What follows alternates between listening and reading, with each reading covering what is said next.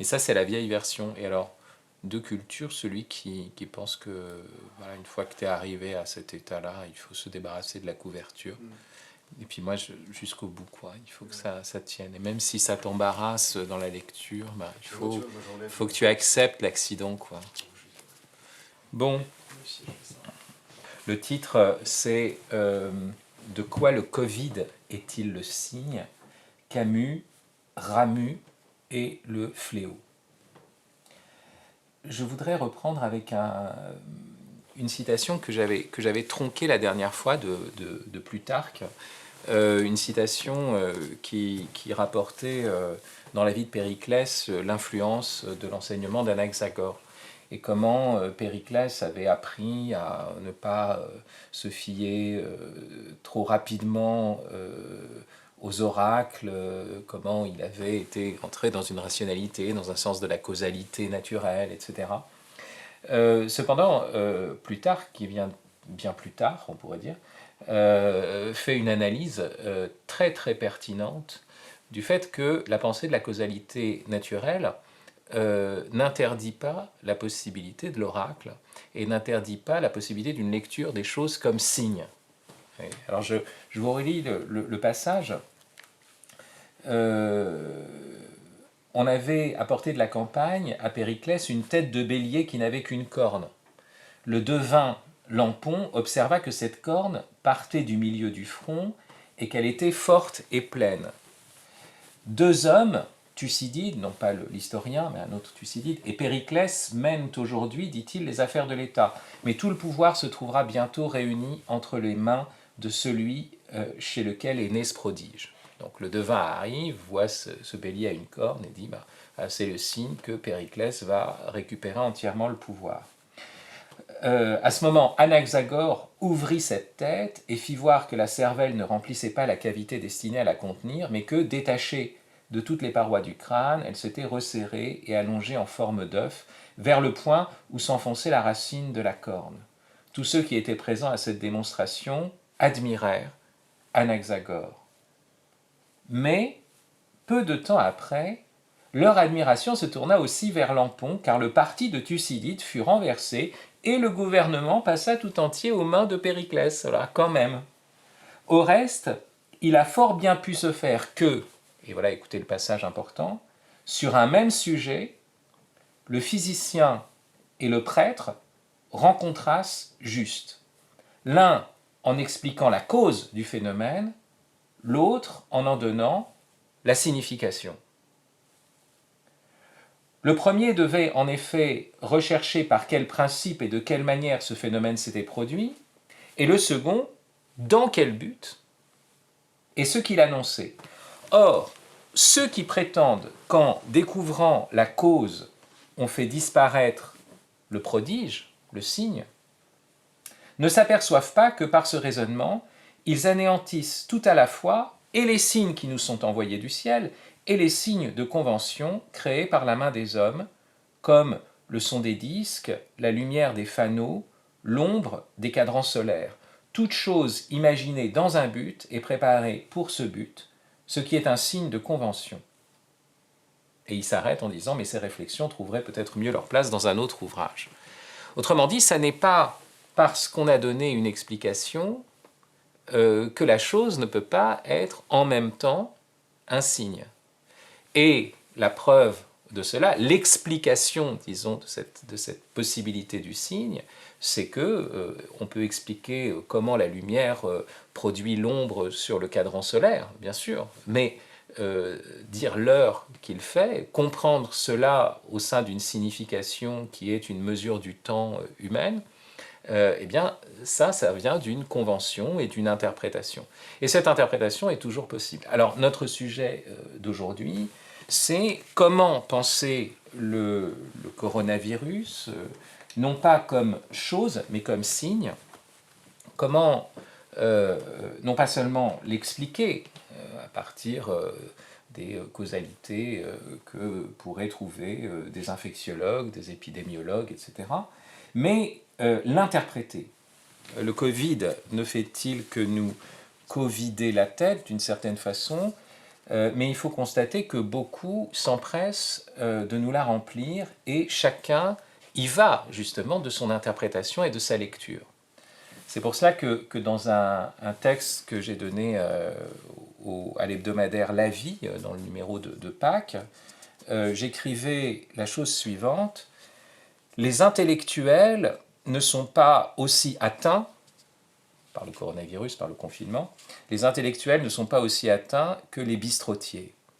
Leur fonds de commerce n'est pas en péril. Ce sont les spécialistes du marchandage, ou plutôt du monnayage de leurs idées, de sorte qu'ils peuvent faire comme si leur discours n'était pas pris de court.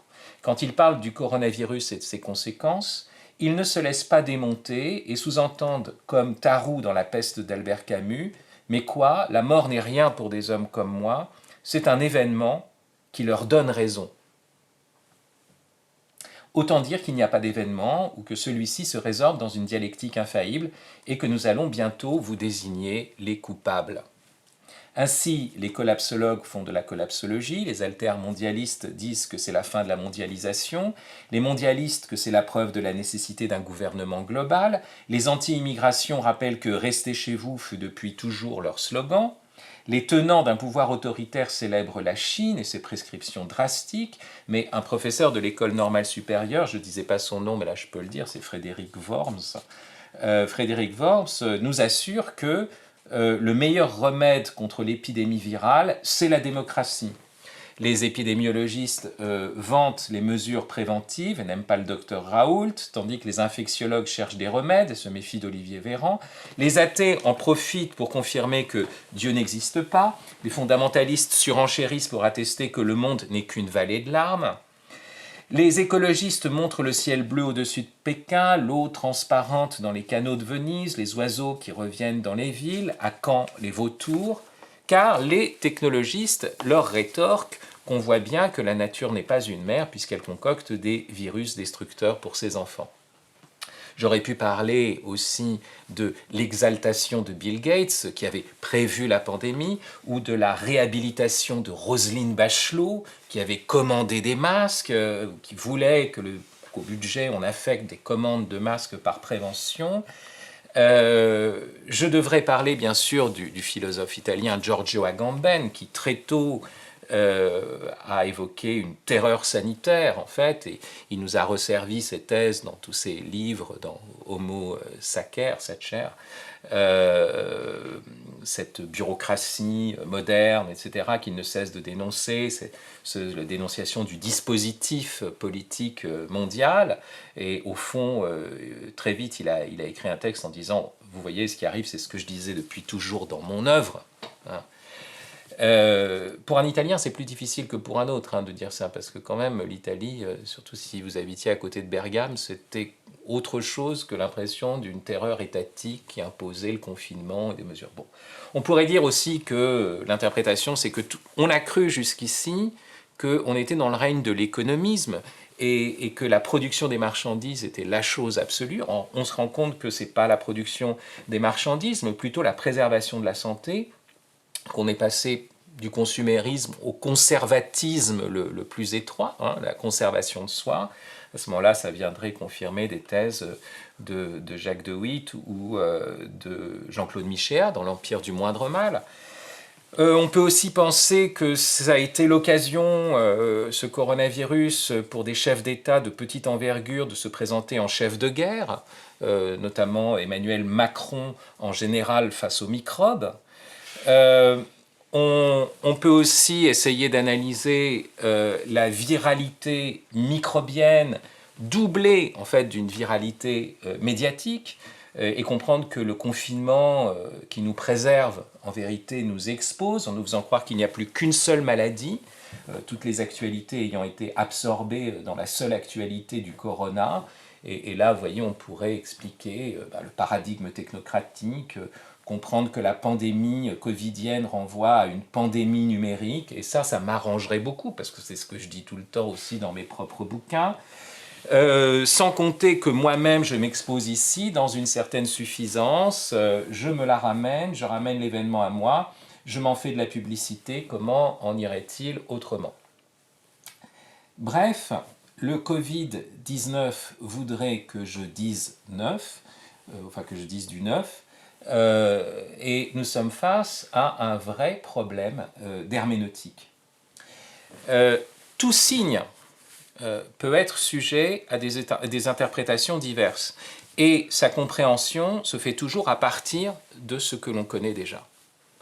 L'exemple que prend Plutarque, justement, c'est qu'il y a un langage préexistant qui permet une convention préexistante qui permet de saisir le signe. Donc, on aurait tort de croire que l'on pourrait lire un signe en dehors de toute préconnaissance. Et on tomberait là dans le préjugé de l'absence de préjugés. Le pire des préjugés, sans doute. On vient toujours devant les choses avec sa langue, avec ses idées, et la question se pose de savoir si on peut lire un signe d'une manière vraiment nouvelle. Et même, on peut se demander comment, spécialement pour les intellectuels, qui ont forcément leur modèle de pensée, d'explication des choses, de compréhension du monde, qui ont leur système pour expliquer pourquoi il faut être contre le système, d'une certaine façon, comment, pour un intellectuel, il peut y avoir une vraie confrontation à un événement? Et c'est ça la question. Comment une chose peut-elle faire événement sans être tout de suite absorbée dans un raisonnement préétabli? L'événement, vous voyez, souvent il est pensé comme quelque chose d'absolument nouveau et comme ce qui vient faire rupture avec ce qui précède. Mais en réalité, un véritable événement ne peut pas simplement être pensé en termes de pure rupture.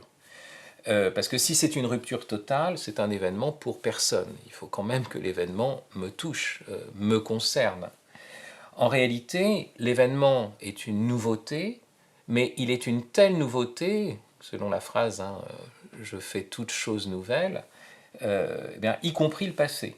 Une nouveauté qui vient aussi renouveler le passé, qui vient revisiter le passé, qui le ressaisit tout entier et qui nous renvoie aussi à des choses dont on pourrait se dire ah ben oui, ça renvoie à des choses que je pressentais déjà, ça c'est normal, ça fait partie de l'événement, qu'on soit saisi. Mais en même temps, vous voyez, il faut qu'il y ait notre exposition à quelque chose qui n'était pas entièrement déjà là. Donc on ne peut pas l'absorber. Alors comment reconnaître une pandémie comme un signe, comment la reconnaître comme un événement sans l'absorber dans notre rhétorique? Et c'est une question, et c'est pour ça que j'en arrive tout de suite à ce qui va faire le cœur de notre réflexion aujourd'hui, c'est-à-dire une certaine lecture de La Peste d'Albert Camus. C'est une réflexion qui apparaît tout de suite dans La Peste, notamment le veilleur de nuit de l'hôtel où réside Tarou, ainsi que le juge Othon et toute sa famille, ainsi que Rambert un temps, me semble-t-il, lorsqu'il évoque une certaine rhétorique sacerdotale, j'y reviendrai, il dit la chose suivante: je comprends cette sympathique ardeur, cette ardeur qui fait qu'on profite de l'événement pour essayer de nous resservir notre sauce et qu'on nous explique que l'événement finalement correspond au châtiment lié à notre système de pensée, quoi. Voilà. Et voilà ce que dit le veilleur de nuit: au commencement des fléaux et lorsqu'ils sont terminés, on fait toujours un peu de rhétorique. Dans le premier cas, l'habitude n'est pas encore perdue, et dans le second, elle est déjà revenue. C'est au moment du malheur qu'on s'habitue à la vérité, c'est-à-dire au silence. Attendons.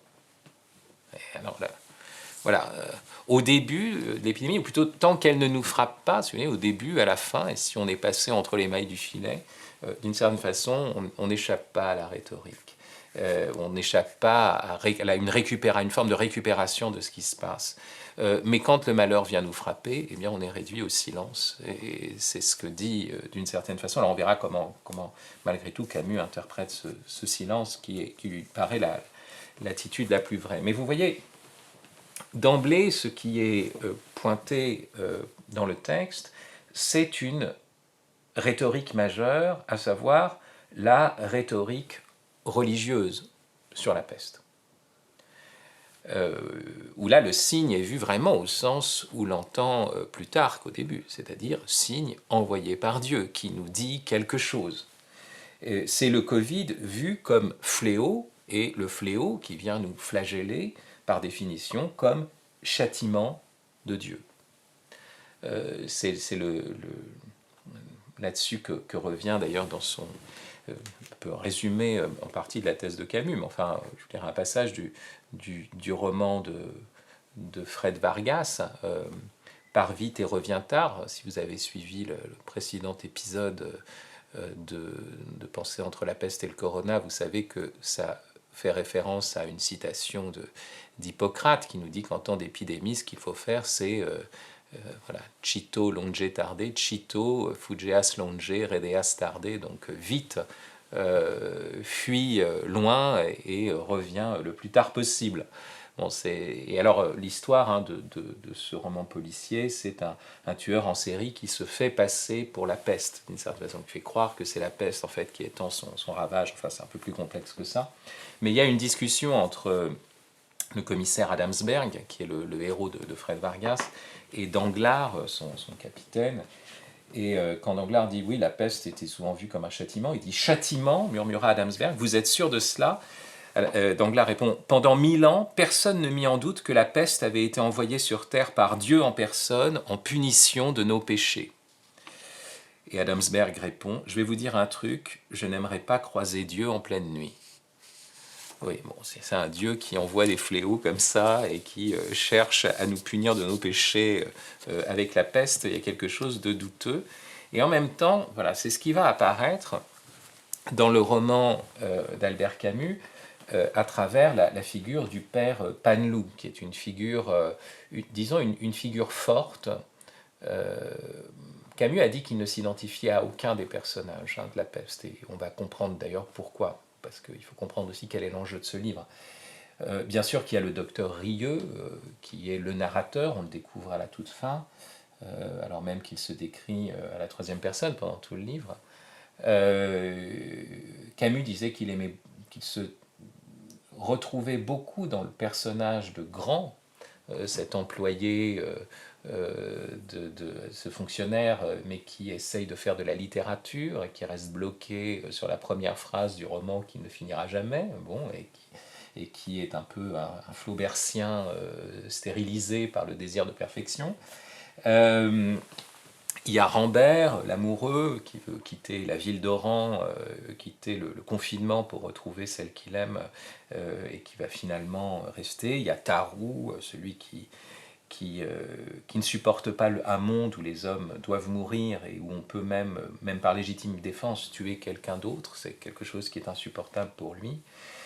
Et il y a bien sûr la figure de la religion, le père Panlou, jésuite érudit et militant, nous dit Camus, donc soucieux d'apologétique, si l'on a bien compris, et qui va au moment de la peste, nous dit Camus, s'arracher à son étude de Saint-Augustin et de l'Église d'Afrique pour prêcher sur la peste.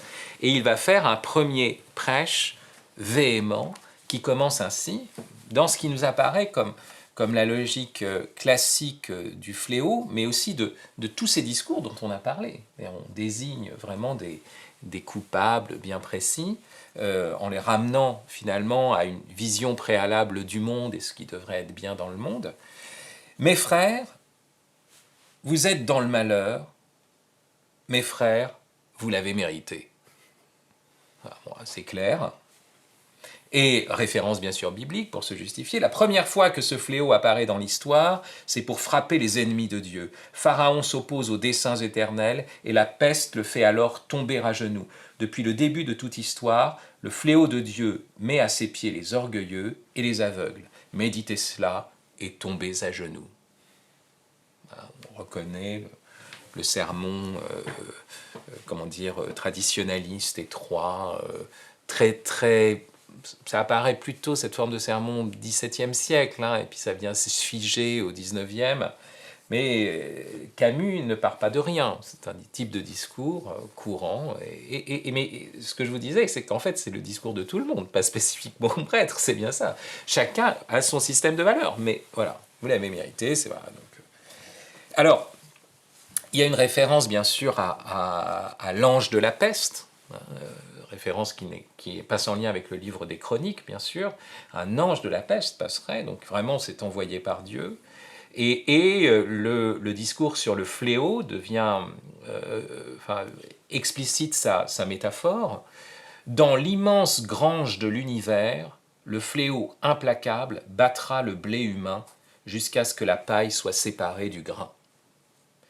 Il y aura plus de paille que de grain, plus d'appelés que d'élus, et ce malheur n'a pas été voulu par Dieu. Non pas la peste, hein, qui apparemment est voulue par Dieu, mais c'est le fait qu'il y ait moins d'élus, qu'il y ait plus d'appelés que d'élus. Voyez. Et donc, ça, c'est de notre faute. C'est de notre faute. Et c'est pour cela que le père Paneloux continue son prêche, prêche écrit par Camus, je vous le rappelle, enfin, donc la vision que Camus a de ce que serait la prêche d'un prêtre catholique. Oui, l'heure est venue de réfléchir. Vous avez cru qu'il vous suffirait de visiter Dieu le dimanche pour être libre de vos journées. Vous avez pensé que quelques génuflexions le paieraient bien assez de votre insouciance criminelle, mais Dieu n'est pas tiède. Ses rapports espacés ne suffisaient pas à sa dévorante tendresse. Et alors la peste, bien sûr, c'est une citation que j'avais donnée, je crois, dans le premier épisode, la peste manifeste la volonté divine, ça j'avais pas dit, qui sans défaillance transforme le mal en bien. Aujourd'hui encore, à travers ce cheminement de mort, d'angoisse et de clameur, elle nous guide vers le silence essentiel et vers le principe de toute vie. Vous voyez, il y a en plus ce retournement, la peste nous guide. C'est-à-dire que Dieu envoie le mal et le mal devient le bien. Bon, c'est ça le problème. Est-ce que c'est la peste elle-même qui nous guide à titre de cause occasionnelle? Auquel cas c'est possible. Mais si la peste est notre fureur, alors on comprend que notre guide, on comprend l'analogie qui sera faite entre le livre de Camus qui parle de la peste et en fait la peste brune, le fascisme, le nazisme. D'ailleurs, je tiens à rappeler une chose très intéressante qui m'était venue à l'esprit, c'est que lorsque Roland Barthes va dire au fond, ça parle vraiment de la peste de Camus, Camus va écrire une lettre à Barthes en disant non, j'ai voulu aussi parler du nazisme.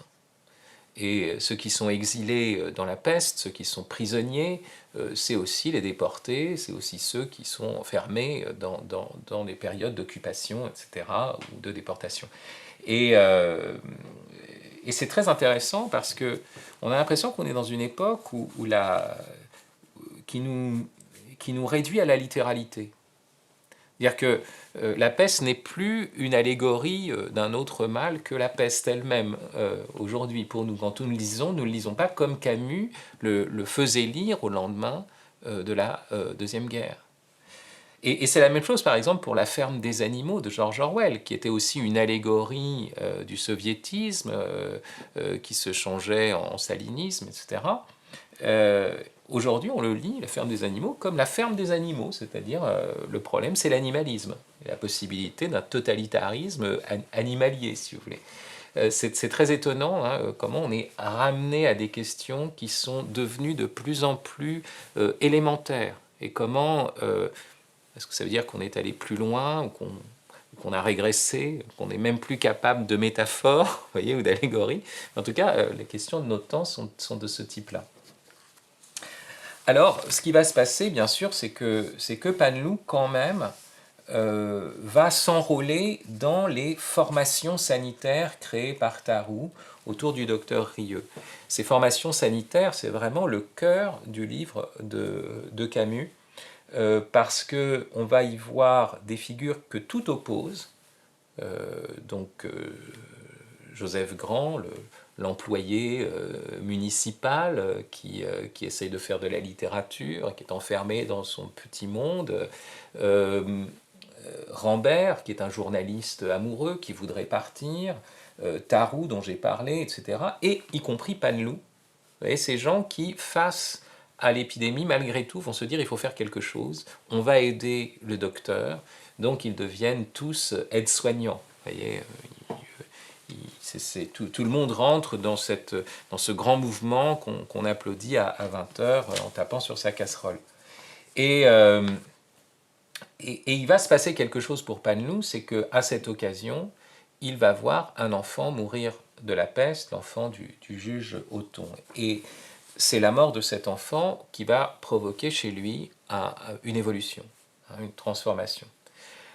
Dire que vous l'avez mérité, mes frères, est-ce qu'on peut dire ça à propos d'un enfant? Oui, c'est assez problématique. Alors il pourrait évoquer le péché originel, il pourrait dire mais que l'enfant était pris dans la massa perditionniste et qu'il était aussi coupable finalement.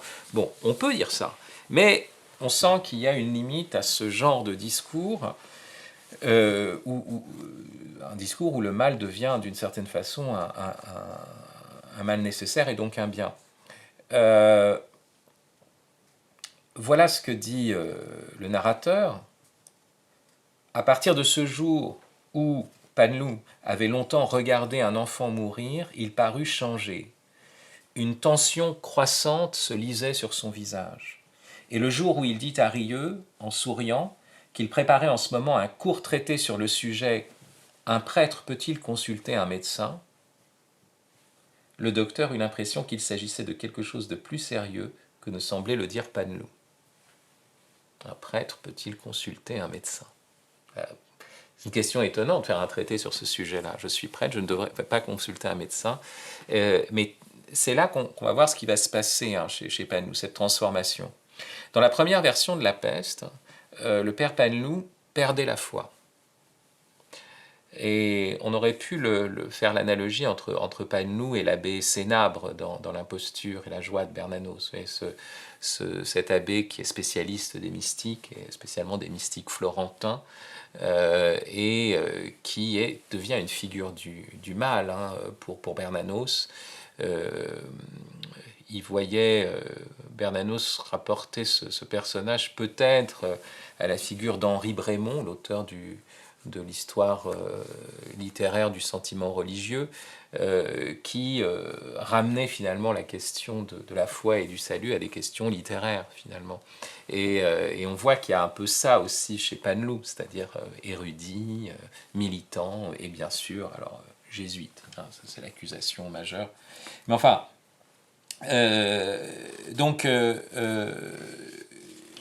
Panlou perdait la foi dans la première version. Et ici, dans la dernière version, sa foi se durcit en une obstination apologétique. Et le second sermon, il a vacillé, mais alors, au lieu de revenir en arrière, il va dire, je vais peut-être pas le parler avant, mais c'était une question de forme. Et au contraire, il va insister sur quelque chose, sur une mise au défi. Et d'ailleurs, je tiens à dire qu'il y a des gens très bien qui essayent de lire, notamment des spirituels, qui disent, voilà, l'épidémie nous met au pied du mur. C'est classique dans l'apologétique. L'apologétique doit toujours aboutir à cette alternative, Dieu ou rien. C'est le principe. Si vous ne croyez pas en Dieu, c'est rien. Il n'y a rien, il n'y a absolument rien. Ce qui, à mon avis, est une posture un peu fondamentaliste. Parce que, non, justement, s'il n'y a pas Dieu, il y a quelque chose, et le fait qu'il y ait quelque chose encore, et qu'on puisse oublier Dieu face à ce quelque chose, c'est le signe de la générosité de Dieu. C'est que Dieu nous donne tellement, et fait un monde qui a tellement de choses, et bien et n'exige tellement pas directement, vous voyez, qu'on lui rende en retour, que la possibilité de l'oubli. Et c'est pas Dieu ou rien, il y a quelque chose. Mais voilà, celui qui a la foi pense que ce quelque chose est encore l'affirmation d'un Dieu généreux au-delà de toute attente d'imposition de gratitude, si vous voulez. Bon, enfin. Alors, second sermon, et chose curieuse, note le narrateur, il ne dit plus vous, mais nous, déjà. Donc il s'inclut dans... Avant, il donnait une leçon aux autres, mais il s'inclut dans ceux qui doivent être châtiés. Ça, c'est la nouveauté.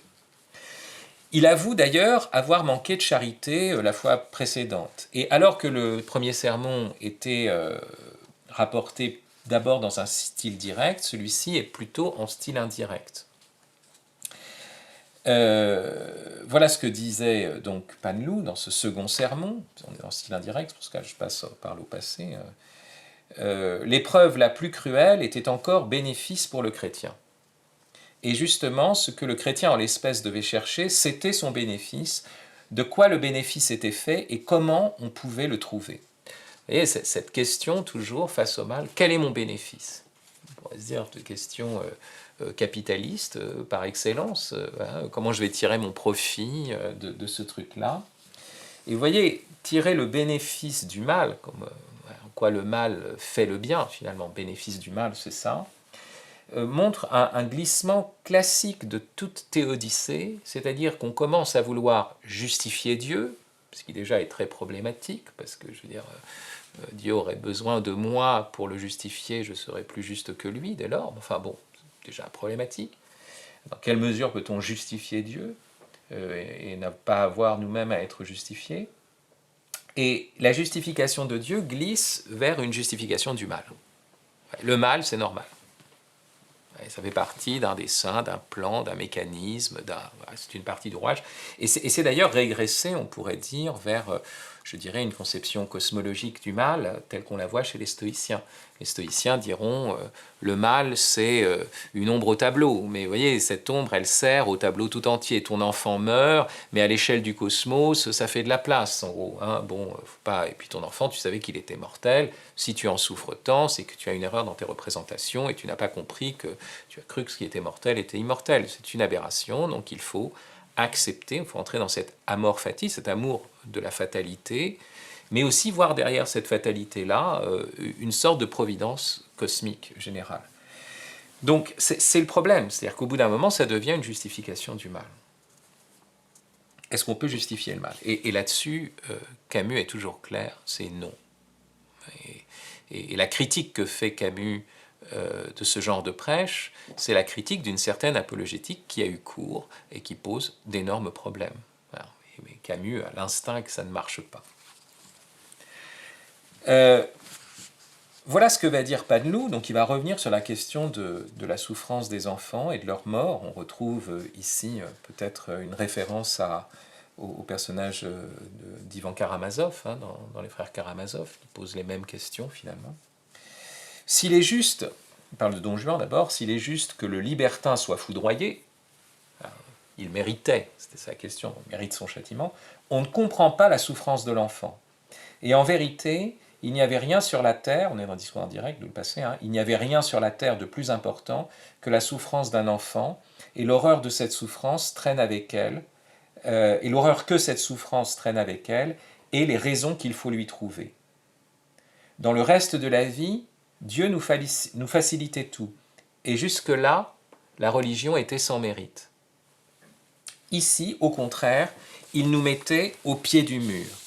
Et le père, Panlou, dit que lui resterait au pied du mur, fidèle à cet écartèlement dont la croix est le symbole, face à face avec la souffrance d'un enfant. Et il dirait sans crainte à ceux qui l'écoutaient ce jour-là, « Mes frères, l'instant est venu, il faut tout croire ou tout nier. » Et qui donc, parmi vous, oserait tout nier?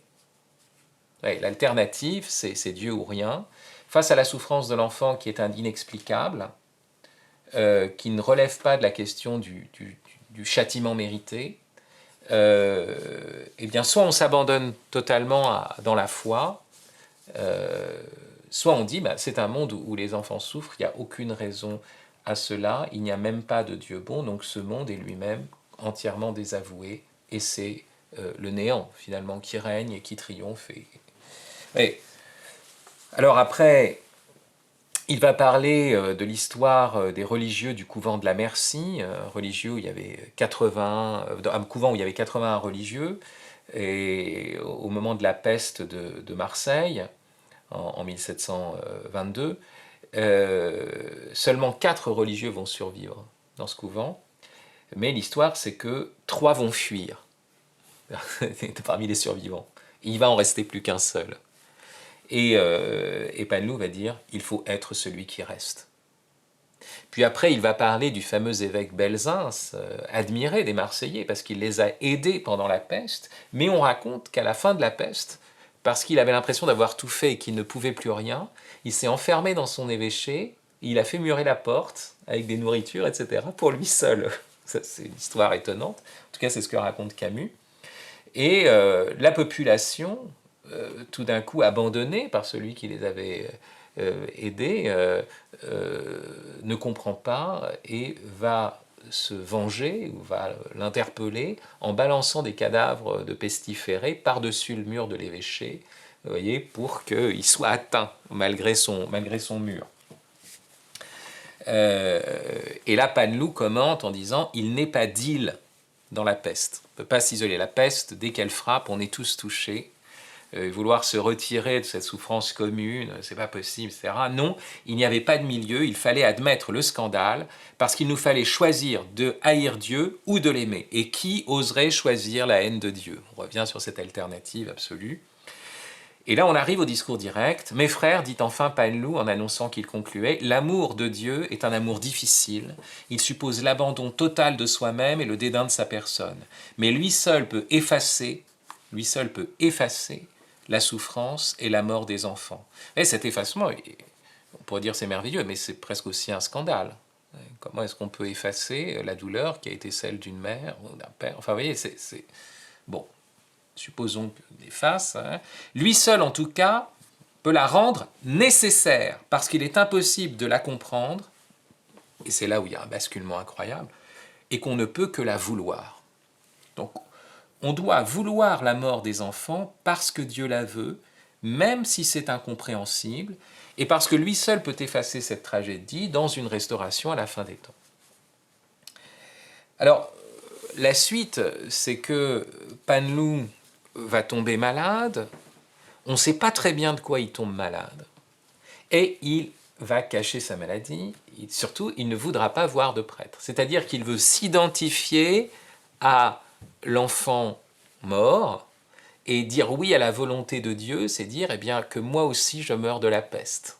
Voilà, c'est comme ça qu'il le comprend, et ce qui va se passer, c'est que il va se laisser mourir, et alors je vous lis la fin, parce que au milieu, c'est un peu dommage parce que Panlou aurait pu être une figure un peu plus grande, plus tragique, comme l'abbé Sénabre chez Bernanos. Mais malheureusement, Camus finit par une touche d'ironie. C'est un peu faible. Au milieu du tumulte de la fièvre, Panlou gardait son regard indifférent, et quand le lendemain matin on le trouva mort, à demi versé hors du lit, son regard n'exprimait rien. Écoutez la chute, hein, on ne parlera plus de Panlou par la suite. On inscrivit sur sa fiche « cas douteux ». On ne sait pas de quoi il est mort. Mais bien sûr que cet homme qui défendait la foi, dire qu'on finisse par finir avec lui avec « cas douteux », voilà, celui qui défend la foi sur un cas douteux, c'est un jeu de Camus, bien sûr. Alors, il faut dire à la décharge de ce traitement de ce personnage, même si c'est un personnage important chez Camus, mais quand on traite faiblement des personnages comme ça, ça vous revient dessus au bout d'un moment. Hein. Bon.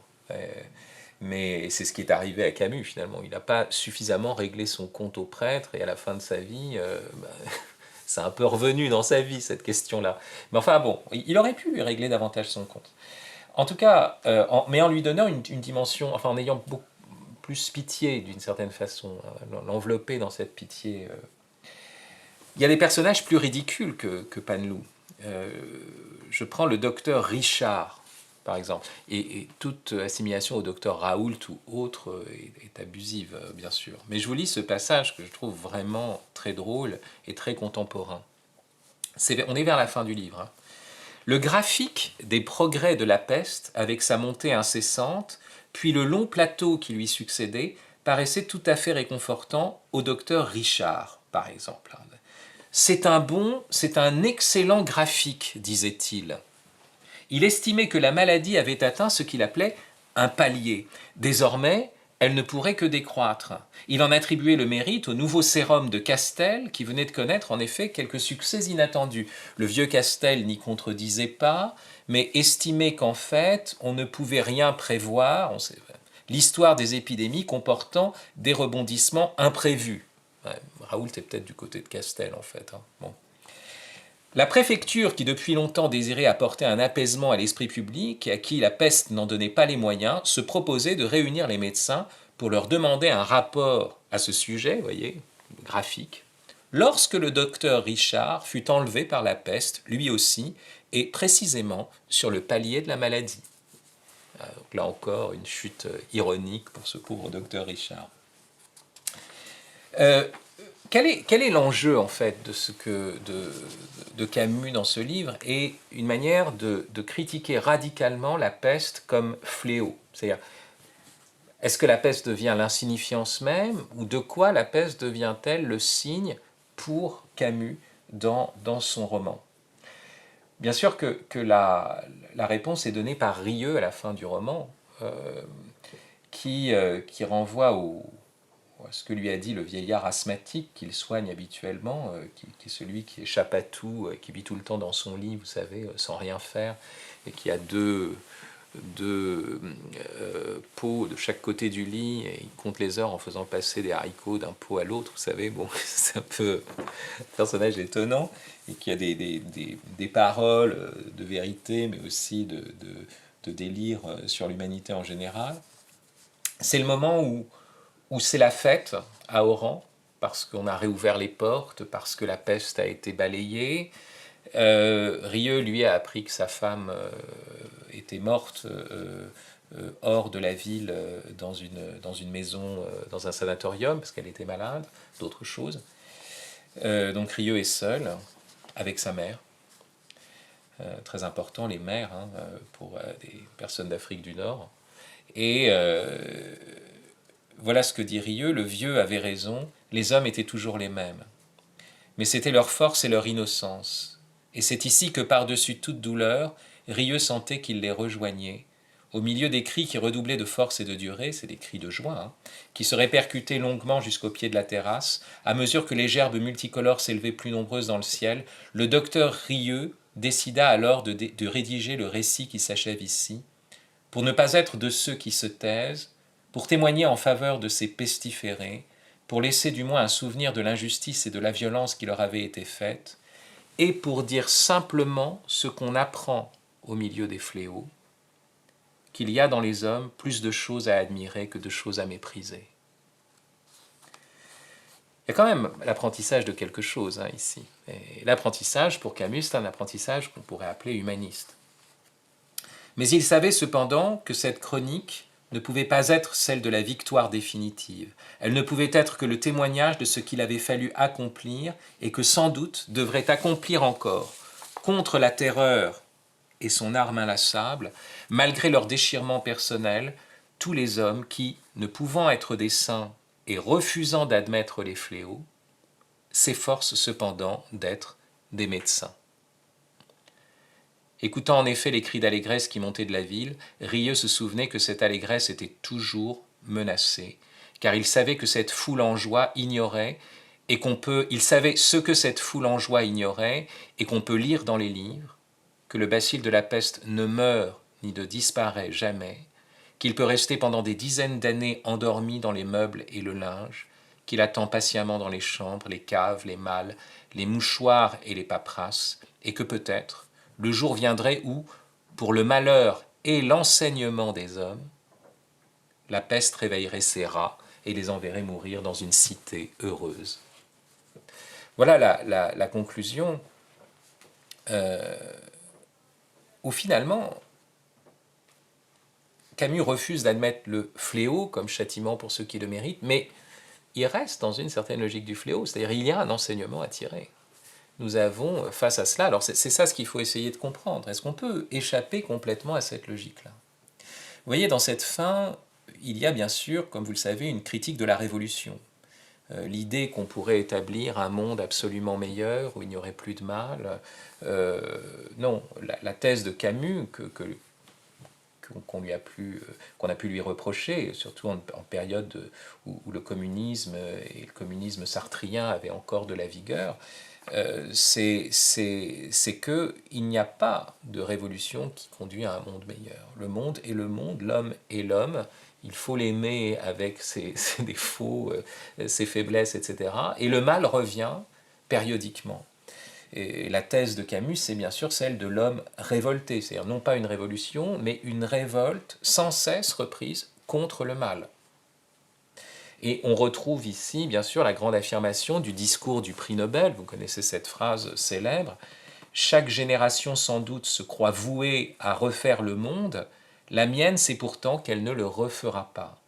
Mais sa tâche est peut-être plus grande, elle consiste à empêcher que le monde se défasse. » Héritière d'une histoire corrompue où se mêlent les révolutions déchues, les techniques devenues folles, les dieux morts et les idéologies exténuées, où de médiocres pouvoirs peuvent aujourd'hui tout détruire mais ne savent plus convaincre, où l'intelligence s'est abaissée jusqu'à se faire la servante de la haine et de l'oppression, cette génération a dû, en elle-même et autour d'elle, restaurer, à partir de ces seules négations, un peu de ce qui fait la dignité de vivre et de mourir. Donc, pas de révolution, il ne s'agit pas de refaire le monde, mais d'empêcher que le monde se défasse face aux assauts récurrents en fait, du mal. Et vous avez ce terme que cette génération doit le faire à partir de ces seules négations. Ça, c'est une idée de Camus jusque très tard dans sa pensée, en tout cas dans ses carnets, dans les années 40. Il écrit autour de la peste, qu'est-ce que je médite de plus grand que moi et que j'éprouve sans pouvoir le définir? Une sorte de marche difficile vers une sainteté de la négation. Sainteté de la négation. Héroïsme sans Dieu, l'homme pur, enfin. Et il va écrire dans un autre passage de ses carnets cette comparaison, ou plutôt cette évolution entre l'étranger et la peste. Il dira « L'étranger décrit la nudité de l'homme en face de l'absurde. La peste, l'équivalence profonde des points de vue individuels face au même absurde. C'est un progrès qui se précisera dans d'autres œuvres, mais de plus, la peste démontre que l'absurde n'apprend rien, c'est le progrès définitif. » C'est doublement paradoxal ce qui est écrit là. Le progrès définitif est de comprendre qu'il n'y a pas de progrès, de progressisme, pas de révolution qui retournerait complètement la situation. Première chose. Il n'y a pas de définitif, justement. Vous avez vu, c'est ce que disait Rieu à la fin, c'est pas définitif. Bon. Et puis, l'absurde ne nous apprend rien, mais c'est cela qu'il faut apprendre. Voilà, ça c'est... Et qu'est-ce qu'il faut apprendre? Voilà. Quel est l'aspect positif de cela? C'est justement l'idée de Camus, c'est que face à la peste, les points de vue théoriques divergents deviennent équivalents. C'est-à-dire que la peste nous fait sortir, d'après lui, de l'idéologie. Et c'est là où il reconnaît un signe et un événement. Et que ce qui va se passer, c'est qu'il va y avoir une convergence pratique. C'est-à-dire ceux qui sont divisés doctrinalement peuvent converger pratiquement dans la lutte contre la peste, parce que c'est ce qu'il y a de plus humain qui est atteint. Et d'ailleurs, c'est ce que va dire Camus dans sa réponse, dans sa lettre à Roland Barthes, lorsque Barthes l'accuse de propager une morale anti-historique et une politique de la solitude. Voilà ce que dit Camus. Comparé à l'étranger, la peste marque sans discussion possible le passage d'une attitude de révolte solitaire à la reconnaissance d'une communauté dont il faut partager les luttes. S'il y a évolution de l'étranger à la peste, elle s'est faite dans le sens de la solidarité et de la participation. Vous voyez, il y a un enseignement de la peste, c'est que d'une certaine façon, on est face à quelque chose qui déborde nos théories, nos explications, et nous devons reformer la communauté humaine avec des bras cassés. C'est l'Armata Brancaleone, je ne sais pas si vous connaissez ce film italien fameux, l'armée de Brancaleone, quelqu'un qui part faire la croisade qu'avec des bras cassés, des types qui ont des problèmes, bon, et puis ça se passe forcément assez mal. Mais c'est ça, c'est-à-dire que tout d'un coup, Grand, Rambert, Tarou, même Panelou, vous voyez, se retrouvent dans les formations sanitaires autour du docteur Rieux et essayent d'accueillir les gens, de les accompagner dans leur souffrance, dans ce mal qui frappe tout le monde. Donc vous voyez, cette idée d'une peste qui est absurde et qui, par son absurdité même, vient réduire les différences doctrinales. Parce que tout d'un coup, on est submergé par l'absurde, et à cause de ça, une communauté humaine, au-delà des divergences théoriques, politiques, idéologiques, voyez, va pouvoir se faire. C'est ça, hein, l'humanisme de Camus, un humanisme fondé, finalement, sur le sens de l'absurde. C'est le grand paradoxe camusien, on pourrait dire.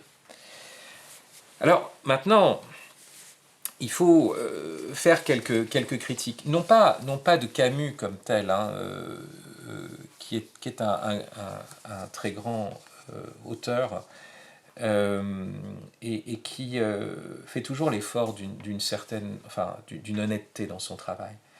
Mais je voudrais faire quelques remarques. La première, c'est que Camus ne sort pas de la logique du fléau. Pas complètement.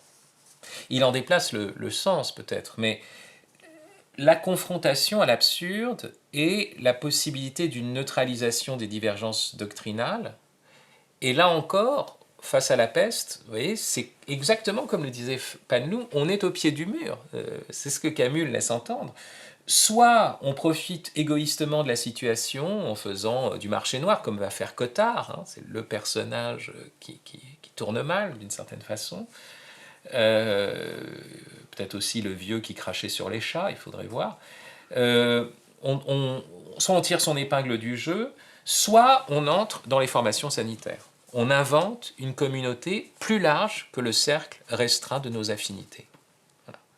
Donc, il y a quand même cette idée que la peste advient et va manifester quelque chose et va dévoiler une dimension humaine. Et on est encore dans cette logique où nous sommes d'une certaine façon corrigés, châtiés de nos points de vue idéologiques pour aller vers autre chose, vers une transformation.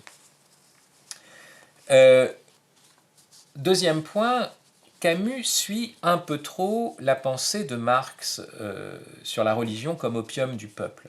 Dans une note de 1943, il dit « Ce que je reproche au christianisme, c'est d'être une doctrine de l'injustice ». L'idée, c'est que, au fond, si la peste est un châtiment, alors il ne faut pas lutter contre elle. Il faut se laisser châtier pour être corrigé. Donc, un monde où la médecine aurait empêché toute peste est un monde où le châtiment de Dieu ne peut plus entrer. C'est ça la thèse. Alors, avec l'idée d'un Dieu qui envoie le mal régulièrement, directement, etc.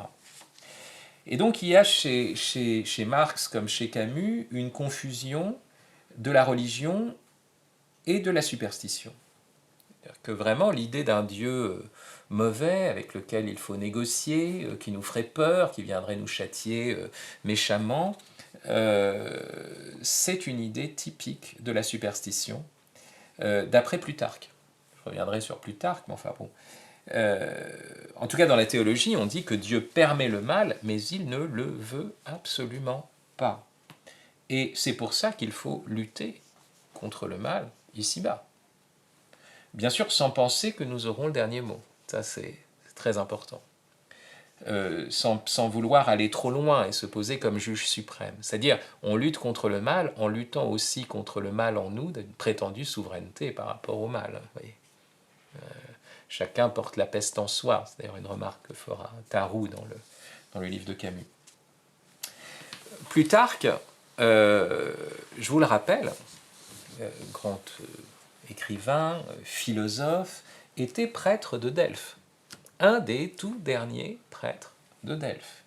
Et il était favorable à une interprétation, dit-il, pieuse et philosophique des signes. Il est d'ailleurs l'auteur de ce traité dialogue qu'en latin on appelle le De defectu oraculi, de la défaillance des oracles, où non seulement il raconte qu'une Pythie peut dire n'importe quoi, ou va mourir, ou devenir folle, il est aussi un des premiers à évoquer cette chose incroyable, à savoir non pas la mort des dieux, mais la mort des intermédiaires entre les dieux et les hommes. Il y a cette idée, vous savez, que la Pythie, autrefois parlait en vers, elle ne parle plus en vers, mais en prose. Pourquoi ? Qu'est-ce qui merde désormais dans les communications célestes? C'est ça sa grande question. Il réfléchit sur l'instrumentalité de la Pythie. Il a une réflexion bien avant Thomas d'Aquin sur la causalité instrumentale du sacerdoce, qui est assez remarquable.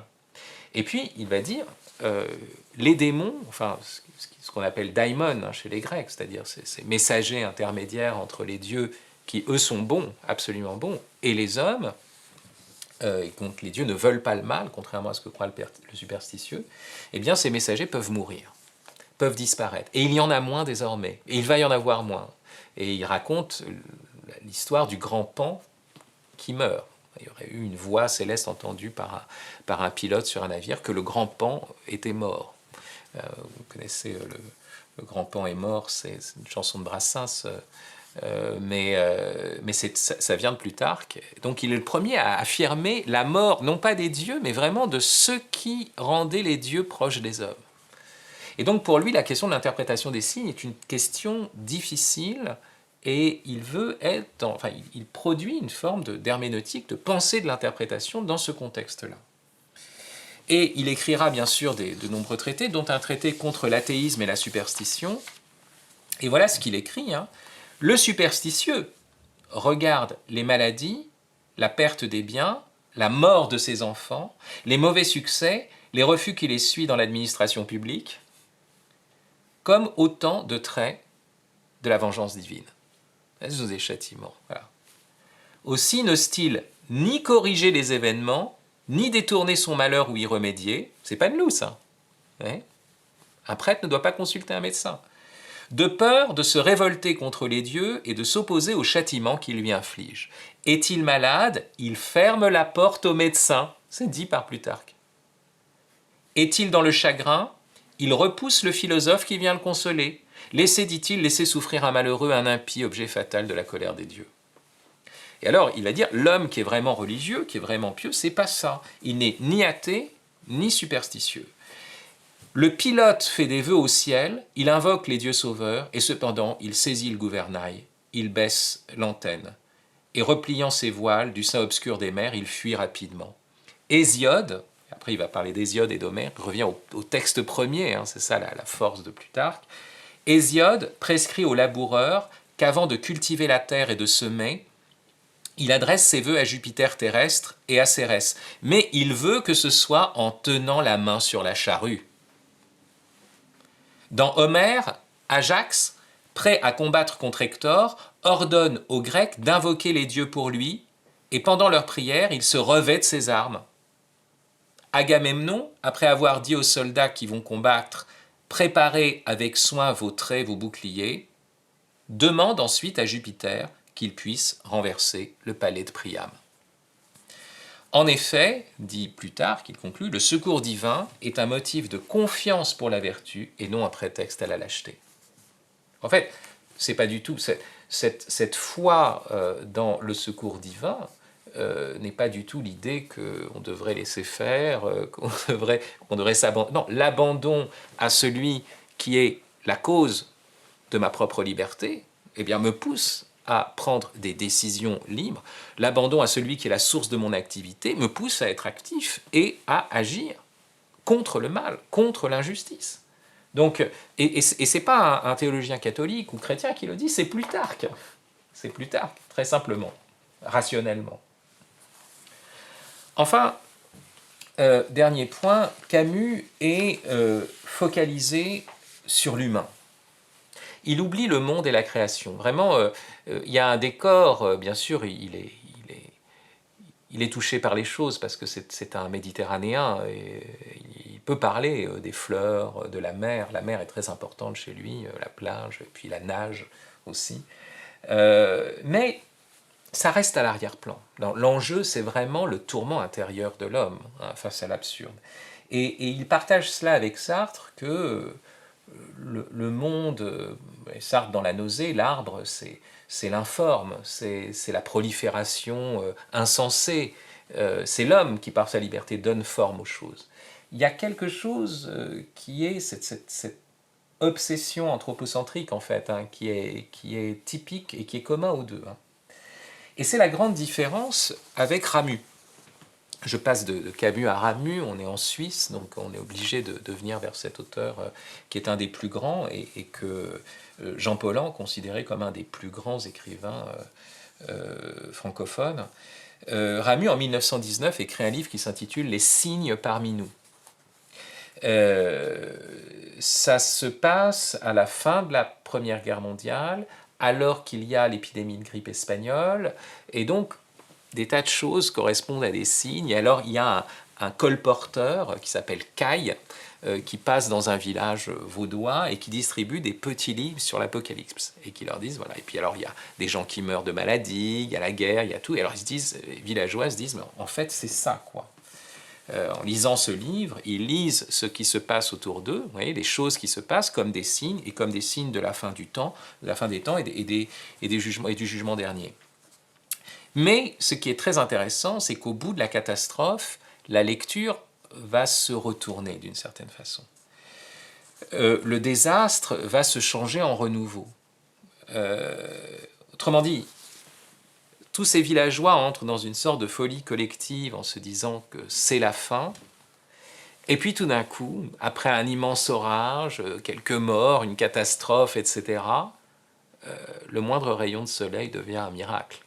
Si tout est fini, vous voyez, ce qui reste apparaît dans une sorte de générosité qui n'était pas due au départ. On retrouve ce que dit Hölderlin, sans cesse répété par Heidegger, vous savez, ce fameux vers, hein, au lieu du péril, croit aussi ce qui sauve. À l'endroit où il y a le péril, il y a aussi ce qui sauve. Et c'est la logique même de l'Apocalypse, c'est-à-dire catastrophe finale, mais aussi révélation. Parce que quand tout semble se déliter, disparaître, alors le moindre geste, la poussée du moindre brin d'herbe dans une faille de béton nous apparaît comme merveilleuse. Et c'est ça qu'on voit chez Ramu. C'est pas ce combat sans cesse de l'homme face au mal. C'est pas la question. Ramu, il y a tout d'un coup aussi un monde qui revient dans une sorte de fraîcheur. On est dans le paradigme du printemps plutôt, après l'hiver de la maladie et de la peste. Voilà ce qu'il écrit, je vous lis un passage très beau. On voit soudain le tableau pendu au mur. Mais est-ce que c'est vrai? Et ce petit commencement de jour qu'il fait, est-ce sûr qu'il existe? On était dans le noir, Il y en a qui se touchent les bras, les jambes. C'est comme s'ils se refaisaient leurs bras et leurs jambes en les touchant. Ils doivent d'abord se les refaire et se refaire eux-mêmes avant de se servir d'eux-mêmes, puis commencent à s'en servir, s'étant remis debout, tendant le bras, posant le pied sur le plancher. Ils se disent, le plancher est là. Ils sont refaits. Le plancher est refait. Ils vont au mur, le mur est refait. Le mur qui est là, eux aussi qui sont là, je me suis regardé dans le miroir, je m'y suis vu. Et ça va plus loin, parce qu'il y a des types qui vont au bistrot, justement. On voit que les bouteilles, elles aussi, ont été repeintes. Kirsch, anisette, blanche, jaune, verte, les unes avec, les autres sans étiquette, celles qui ont un collier avec une plaque, là où ça bombe, celles qui n'en ont point. Et Joffre montre cette bonne grosse figure pour qui tout le monde a de l'affection. Respect, on dit. Celui-là, j'ôte mon chapeau devant.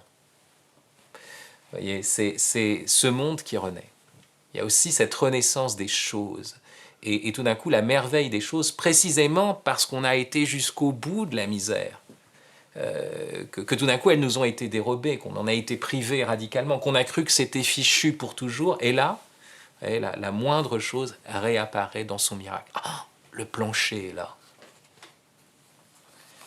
Vous voyez, c'est comme si Ramu avait une vision plus métaphysique et donc moins anthropologique que Camus, et que la radicalisation de la misère, de l'absurde, de la défaite, arrive à cet émerveillement du fait qu'il y a encore une fleur qui pousse. C'est fou. Voilà, c'est fou, c'est incroyable. Alors, pour conclure, penser l'événement comme fléau est justement une manière d'éviter de le réduire. Parce que parler d'un fléau, c'est parler de ce qui vient au-delà de nous et qui nous pousse à nous interroger à partir de l'incompréhensible, à partir d'une transcendance qui est à la source de notre être. Penser le fléau, penser cette peste comme fléau, c'est faire en sorte que le signe ne puisse pas entrer dans une systématisation. Ni même une théodicée, ni, et encore moins, une autodicée ou une logodicée, c'est-à-dire je viens justifier mon propre discours, le discours que j'avais avant. Parce que si c'est un fléau, je suis frappé moi-même et je suis poussé à m'interroger moi-même radicalement. Et dans ce cas-là, vous voyez, le signe est un pur signe. On pourrait dire une signifiance sans signification. Bien sûr qu'il y a des choses à penser, il y a des significations, il y a des critiques à faire, il y a des médailles, il y a des cernets et des condamnations peut-être à faire, sans doute. Mais il faut aller plus loin encore, penser cette signifiance sans signification ou dont le signifié se dérobe, mais qui nous pousse à remettre en cause nos significations automatiques et qui nous ramène vraiment on pourrait dire à l'étiage, au seuil de l'être, voyez, au moment où il émerge, où il apparaît, où il n'apparaît plus comme un dû, voyez. Et il n'est plus comme un dû parce qu'on va disparaître, parce que voilà, c'est un truc. Mais alors, peut-être que c'est un don, peut-être que, voyez, c'est ça la question. Le fléau, c'est voir la peste comme fléau, c'est la voir comme un signe qui renvoie non pas à l'insignifiance du monde, mais à un au-delà de nos significations, où ce n'est plus tant nous qui questionnons, mais nous qui sommes questionnés, où nous nous dessaisissons de notre autorité sur le questionnement et où nous entrons dans ce qu'il faut appeler une prière. Une prière. Le 4 janvier 1960, il y a 60 ans, cette année, Camus mourait dans un accident de voiture à Villeblevin, dans l'Yonne. Or, dans mon enfance, avec mes parents, nous allions dans une maison de campagne, chez des amis à eux, à Villeblevin. Et à chaque fois que nous allions là-bas, moi j'avais 9 ans, et mes parents me disaient c'est sur cette route qu'Albert Camus est mort. Il a eu un accident de voiture. Et c'est moi ce que j'ai appris. Vous voyez. À cet âge-là, c'est quelque chose qui m'a marqué définitivement. J'ai compris que le génie pouvait mourir, le grand écrivain pouvait mourir, même pas de la peste, mais après l'épidémie, dans un accident de voiture. C'est très con. Voilà. D'ailleurs, il paraît qu'il avait dans sa sacoche un manuscrit de la grande philosophe, disciple d'Ortega y Gasset, la grande philosophe espagnole, Maria Zambrano, un texte qui s'intitule « L'homme et le divin ». Vous voyez, donc il a ça dans sa sacoche, il meurt. Et là, c'est l'absurde, c'est encore plus absurde qu'on pourrait dire que la peste. On n'est même pas pris dans un grand récit. Les accidents de la route, c'est vraiment terrible et ça arrive en permanence et souvent. Et cette absurdité-là est toujours possible. Mais si elle nous apparaît comme absurde, c'est parce que d'abord, nous entrevoyons que la vie est sens, même si ce sens, nous ne parvenons pas à le comprendre. 1h10. Ouais, bah ouais. J'avais dit que c'était le gros morceau, hein.